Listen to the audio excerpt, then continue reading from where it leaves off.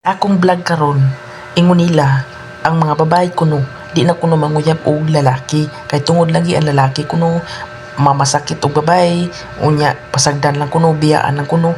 Stoy mga guys, why lalaki nga dili ingon ana basta ang babae buang-buangon pod. Ang mga lalaki tarong man pero di kay tanan ang uban sad buang-buangon.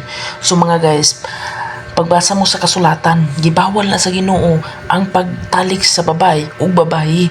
Tan-awon ninyo sa kasulatan, bawal gani ang lalaki ug bayot. Mao na mga guys nga, mao gani inyong bantayan. Kay abi nyo mga guys, kanang lalaki ug lalaki, babae ug babae, ginabawal gyud na siya. Gibuhat ta sa Ginoo para nga babae ug lalaki, para nga magdaghan ta sa kalibutan, dili ta mga puo ba. No? Bawal na ang babae o babae pero kamo kay gusto maging babae kay tungod lagi ang laki karon manay ayo kanang ilan na lang pasakita ng babae, dili tanan girls na apako nga butan nga lalaki. Pangitaa ko ninyo kung gusto mo nga makauyab mong tarong nga lalaki nga deserve kayo para ninyo naapako. Naapako.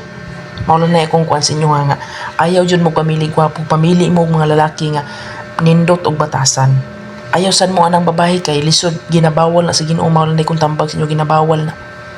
Dili man ingon na kanang ako'y nagkuan nga nagbawal kay tungod masira inyong pag-eskwela, maburod mo, ginabawal dyan na siya. Pero ang pagpanguyab og laki nga hamtong og maayo og batasan, diha na po sa sakto na nga edad, dili maguyab-uyab mo 15, 17, 16, mao nay sala sa Dios nga manguyab mo sayo.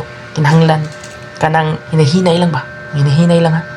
So sa pagpa-flex, comment lang mo sa comment section kaya itong i-flex. Salamat, I love you.